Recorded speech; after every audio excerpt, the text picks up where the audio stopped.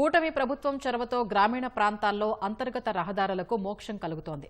ప్రకాశం జిల్లా సంతనూతలపాడు నియోజకవర్గంలో MLA Vijay Kumar CC రహదారుల్ని మంజూరు చేయడంతో ఎన్నో ఏళ్లుగా ఉన్న సమస్యలకు పరిష్కారం లభిస్తోంది. మద్దిపాడు మండలంలో అంతర్గత రహదారుల కోసం 10 కోట్ల రూపాయలు మంజూరు చేశారు. గుత్తేదారులు కూడా పనుల్లో జాప్యం చేయకుండా నిర్ణీత వ్యవధిలో పూర్తి చేస్తున్నారు. కాలనీలు ఏర్పాటై ఏళ్లు గడిచినా రోడ్లు లేక ప్రజలు వర్షాకాలంలో బురదలో రాకపోకలు సాగించేవారమని స్థానికులు చెబుతున్నారు. వైసీపీ అధికారంలో ఉన్నప్పుడు రోడ్లు వేయాలని నాయకులకు ఎన్నిసార్లు మొరపెట్టుకున్నా ఫలితం లేదంటున్నారు. కూటమి అధికారంలోకి వచ్చిన 7 నెలల్లోనే సీసీ రోడ్లు వేసి సమస్య పరిష్కరిస్తోందంటూ హర్షం వ్యక్తం చేస్తున్నారు. రోడ్డు విషయం ఏంటంటే కాలనీ 1988లో ఇచ్చారండి మాకు స్థలాలు. సరే కొంతకాలం పోయిన తర్వాత ఎన్ని చాలా వరకు వేశారు. ఇది మఠానికి ఒక 30 సంవత్సరాల నుంచి మాకు అవస్థ చిన్న కాదండి. మా కాళ్ళ నూతన నీళ్లు అయితే వర్షం వస్తే ఇంతలోతు ఉంటాయి నీళ్లు.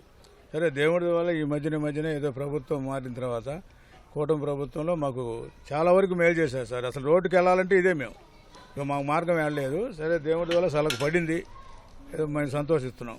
పోతే ఈ మురికి కాలువలు అమ్మడానికి మాకు ఇంకా ఎమోషన్ కలగల. అవి నీళ్ళు నిలబడిపోయినాయి ఎక్కడెక్కడ పోయే మార్గం లేక. వాటిని దయచేసి మీరు ఏదైనా ముందుకు తీసుకెళ్తే కాస్త మాకు మేలు జరుగుతుంది. కాలనీ ఇది కాడి నుంచి ఇబ్బంది పడ్డామండి. ఇప్పుడు మేము ఇంతకుముందు ఇది చేసినా కూడా ఎవరు ఇది చేయలేదండి. వర్షాకాలం అప్పుడు బురద జారి పడేవాళ్ళం. ఇప్పుడు ఈ రోడ్డు వల్ల మెయిన్ రోడ్డు మీద పోవటానికి మాకు ఎలాంటి ఇబ్బంది లేకుండా ఉందండి. ఇది 30 సంవత్సరాలండి రోడ్డు లేక.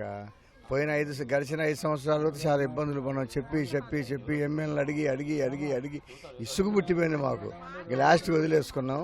ఆ దేవుడి దేవాల వాన వస్తే ఇంతలోతు నీళ్లు అందరం అటు పోయి కిలోమీటర్ తిరిగి రావాలి చుట్టూ.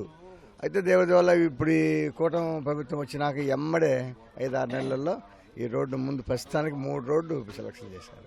వాన పడితే అదంతా నీళ్ళండి. మేము పోవాలన్నా అల్లాడిపోయేవాళ్ళం. పాములు గీములు అన్ని చండాలు ఉండే. రోడ్డు ఎక్కి మేము వ్యాపారాలు పోయేవాళ్ళం. ఇప్పుడు రోడ్డు పోసాక మాకు ఆగిపోయింది. ఎవరు పోసారు ఇదంతా?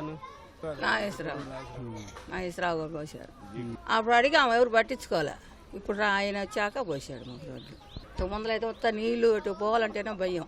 ఇప్పుడు బాగుంది మాకు రోడ్డు.